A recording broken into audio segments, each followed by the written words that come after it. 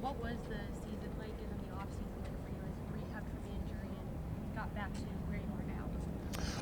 It's a lot of work. It's something I've obviously been through a couple times, so I knew what I had to do and the path to getting back and healthy. And luckily, with the training staff and the strength staff here, that they did a great job helping me. Jack, there's some talk that perhaps you might fill in there at left tackle or start at left tackle while Jed works his way back. If that happens, do you feel like you could just slide right in there because you've played it so many times before? Or how do you feel about that notion? Yeah, I'm ready to just be out in the field. So whether it's left or right, I'm excited to. If left's the side I start, I play at, then I'm excited for the opportunity. And I played at all college, so it isn't a foreign thing to me. So I'm just excited to get back out there, wherever it is. How did going through these past rehabs, Jack, help you know how long it would take to get back to being healthy? You kind of have a baseline a little bit. Everyone's a little bit different, but it's all usually, 9 to 12 months, depending just how things go. So it just depends how the knee reacts. And it's been good. Did you have like a here we go again moment or anything where you were really down? Of course, it's never easy, but like I said, after going through it before, you know kind of that the steps, and have more confidence in knowing that you'll be back, and what the process of that is. Did you ever think like, why me again? No. I mean, it sucks, and but it's football, and if a 280-pound guy falls on the side of your leg, there's no rehab or strength that's going to stop that from blowing out your knees. So it's one of those things that it's a freak thing, but it happens, and I had the opportunity to rehab it and get back. Did having to go through another long rehab, did you ever consider not going through it? No. This is my profession, and I feel like I can still play at the same high level, when I'm healthy. So, it's just about getting back to that, and I feel great. Jack, was there some trying to figure out of when you were going to come back? Did you feel like you could have gone during training camp and it was just best to be cautious, or what was that process like these last few weeks and months? It's still just working through it. Based on just the projection of coming back. That was just the time frame and the timeline, and now it's just keep progressing, into practice and seeing how it feels, and going from there. How tough is it to go from the right side all of these years in the pros over to the left side if that's what you have to do, and what does it take to be able to do that? I don't. It's not like a. It's a challenge I've already done, because I played left all of college and then had to switch immediately to right, into the NFL. So it's really not a, it's a little weird, with the hips and moving, but otherwise, from a mental aspect, it's just flipping everything in your head to the opposite. So it's really not that big of a deal, and it's just doing it, getting, if that's what they want, then just getting the reps and starting to feel good. So your rookie year, why were you switched to right? Was Luan that left? Yeah, yep. Luan was going into his third year at the left tackle, so it's just where. And at any point in your career at Tennessee, did they consider moving you, or did Luan stay there the whole time you were? Oh, he stayed the whole time. I mean, after the first year, he made Pro Bowl, and I was an All-Pro right tackle, so there really was no reason to do any switching. Yeah. Have you practiced at the left tackle at all since you've been in the NFL? Usually every offseason I try to keep a balance and just if you do too much in the right hand stance, your hips start to go a little off. So I always try to balance it and do some left, some opposite side, just to keep everything in line. So when we saw you last week, I think it looked like you were working on left tackle stuff. Does it feel pretty comfortable? Yeah, I played 3 years of it in college, so it wasn't. It's a little odd, but it's not foreign. It's something that I did for a long time at a high level. So, if that's where they asked me to do it, I'm excited to do it. And then they talk about the caliber of rushers on both sides being equally talented and equally tough. So do you find that to be so, that it's no easier over at right tackle than it is at left tackle, right? Yeah, now, I mean, there's good rushers on both sides. I think it's probably about the time it came to the league, it really started to be that, a lot of the good guys are on the right and left. You got, Khalil Mack, Von Miller, guys like that, and, TJ Watt, all those guys are on the right side, and you have equally good guys on the left. So I don't really think there is that, used to be, the right side, right tackle is more of a run blocker, and the left tackle is more of the pass guy, and I kind of think that has gone away in football. This is the first time we talked to you since the O-line coaching changes. What do you think? How's it going? And do you miss Callahan? Of course. I love Bill. He's one of my favorite O-line coaches I've ever had, and he taught me a lot. But Andy and Roy stepping in are doing a great job. Taking the reins. It's hard to follow a guy like Bill, and I think they're doing a great job. How do you feel like Jed is coming along? You guys have worked side by side so hard together, I think, all of this time. So how's he doing, and what are the prospects of him coming back? I can't speak on his timeline, but he's got a great mindset. Going into the season and working hard. So I hope he can get to the point where he's ready to come back. And I can't speak on what his timeline is. Following the injury last year, did you spend a lot of time here after your surgery and everything as you continued to rehab? Yeah, no, I was here the whole time. My kids they're in school here, so this is where we live. How helpful was that though to still be around the team as the season was going on, just from that? Yeah, no, it's always tough to be out with the team. I feel a little bit on the fringe, but being an older guy and being able to be a part of things, that was great. Jack, obviously when everybody's healthy, there's 3 guys essentially for 2 jobs.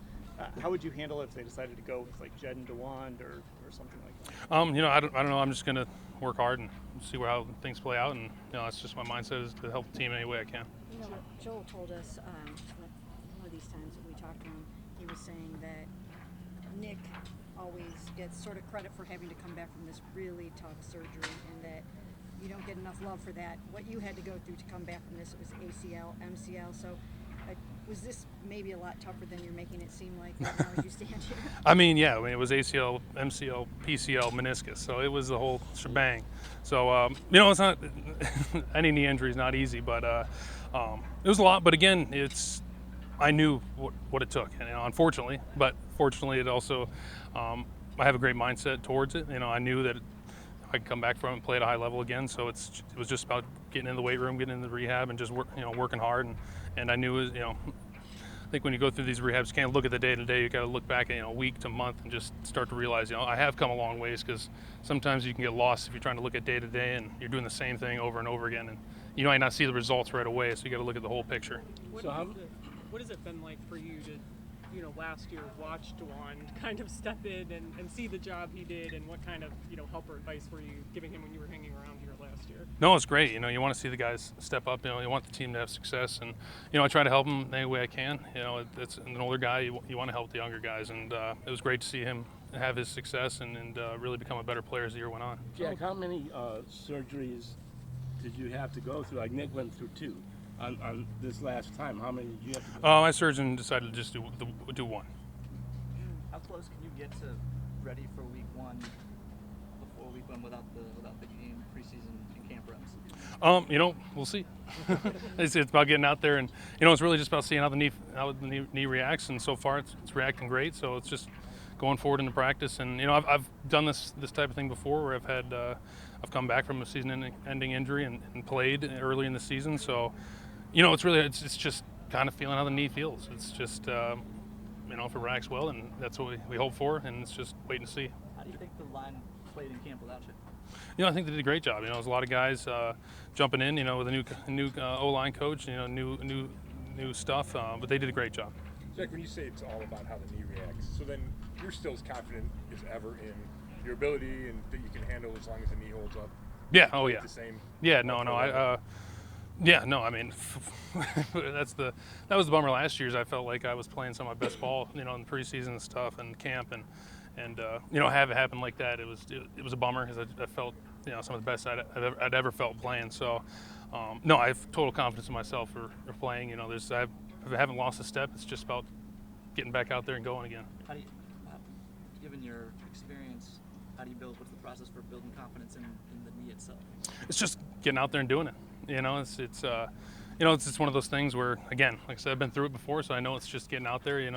It's not that the knee isn't necessarily ready sometimes. It's just about the mindset of it being pushed on and moved and stuff. So, it's just getting out there and doing it now. You proclaimed yourself back on Instagram in July, with that post, and kind of said, made the reference to Nick and the Dark Knight Rising.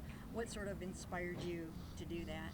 Oh, it's just spent a lot of time with Nick throughout the off season, so I thought it'd be a little fun to poke a little jab at him. I knew he'd have an appreciation for that, so it was just some fun. And was he an inspiration to you, and vice versa, throughout this rehab? Yeah, definitely. Like I said, we spent almost every day with each other, and we'd push each other and make fun of each other for different stuff, just to make a little competition and keep things light. So it was fun to create a stronger bond with him throughout the process. What's the most important thing for you, in your mind, to accomplish the rest of your career? Really just, get back to the level I was playing at. Get back out there, help the team, and help the team win as many games as we can. Did this feel like a milestone today, being able to practice for the first time? Yes, no, it was great. It's just, just mentally getting back out there, just being, with the guys and being a part of things and running around and having a helmet on. It's been a long time coming. I looked at the sheet today, and I think this is day 352 since I did it. So, it doesn't feel like it's been that long, and to see that, it was great. It's a great feeling. Isn't it pretty remarkable to come back from all of those injuries in one knee in 352 days? Yes, definitely. Yes, but the surgeons are getting really good these days, and really, truthfully, and the training staff and strength staff do a great job here. So. Thanks a lot, Jack. All right, thank you. Thank you. See you back. Greg, it just seemed like every time you guys were out here, you could hear you on the sidelines and see you. Like, how important was that as far as being a part of you staying engaged with what was going on and just still being vocal out here? Yeah, I'm always going to do that. Teams first, whether I'm hurt or not. I feel like I'm one of these leaders, one of the leaders on the team. So I'm always going to stay engaged, just try to keep the guys up. I always just try to be that extra coach, extra, set of eyes for them, when I'm not on the field. How are you and the other DBs going to build on what you guys did last year? Yeah, we're going to keep working every single day. We say we're the best in the world, so we got to continue to prove that, and I think we'll do that again. But it starts every single day. It starts game one, and it starts tomorrow. So now that we got our guys out there, we're just looking to grow with each other. How about C.D. Lamb? Just in the nick of time, he signs the big blockbuster contract. Are you excited about the fact that he's going to be out there for this game? Oh, for sure. I'm a competitor. And he aligns a lot in that slot. So I'll definitely be excited to go against him. Greg, do your expectations for yourself change at all because you're getting a little bit of a late start to the preseason? Nah, never. Same expectations, and my expectations are the same every year. It's just to try to do whatever I can to help this team win, whether that's special teams, outside, inside, whatever I need to do, I'll be willing to do it to help this team, achieve our ultimate goal. And how much do you worry about Denzel? I know that Denzel always does his research and he knows what's best for him, but do you worry about him with a fifth concussion? No, I don't worry about him because he doesn't worry about it. He's a warrior. He's a leader, and he knows his body better than what anybody could say about it. So if he's confident, I'm confident too, and we're excited, to hopefully get him back soon. Greg, I know you mentioned Miles there briefly, but it seemed like we got a look at his ball hawk tendencies at different points throughout this camp. Like, do you feel like he adds something different to this room? And I know you said you thought he was the steal of the draft, obviously. Yeah, he doesn't add anything different. He has the same that we all got, the best in the world. He's a part of it. So, I definitely 100% think he's a steal of the draft. You guys seen him, in the game, playing outside a little bit more. You've seen him at the joint practices, picking the ball off and doing a lot of great things out there. So, we're just super proud of him and super excited to add him to the room. Greg, what is it about that room? It seems like everybody that steps foot in there comes out here and performs on game day. What is it about your cornerback group? Yeah, it's just a standard we hold ourselves with, and it starts up top with, Coach Lynch. He instills greatness all the time. Like we never lack, and we say all the time we expect the most from our best players. So if you watch Denzel out there, me, Martin, we're all setting that example. So when you come in and you see us doing things right and always practicing hard, guys have to follow suit. So whoever we add to this room, they always, for some reason, end up balling. We say the same thing all the time. Like Faye Hicks, man, that last game he played unbelievable. And I think that's just just Brandon Lynch just being the best corners coach in the NFL. How did Brandon help you as you got back from the injury and just even really from the mental aspect of it? It's like you stayed engaged with what was going on in the room and everything. Yeah, he just always held me to that same standard. When I was out, I was in meetings. Even when they were at the Greenbrier, I was getting in the meetings as well. And then guys like Ward and MJ, they always checking on me, making sure that my headspace is good, making sure, asking me questions, making sure I'm still engaged. So I think they did all a great job with just keeping me engaged. This hamstring came on the heels of, it looked to me like one of your best OTAs and mini camps. You were just lights out.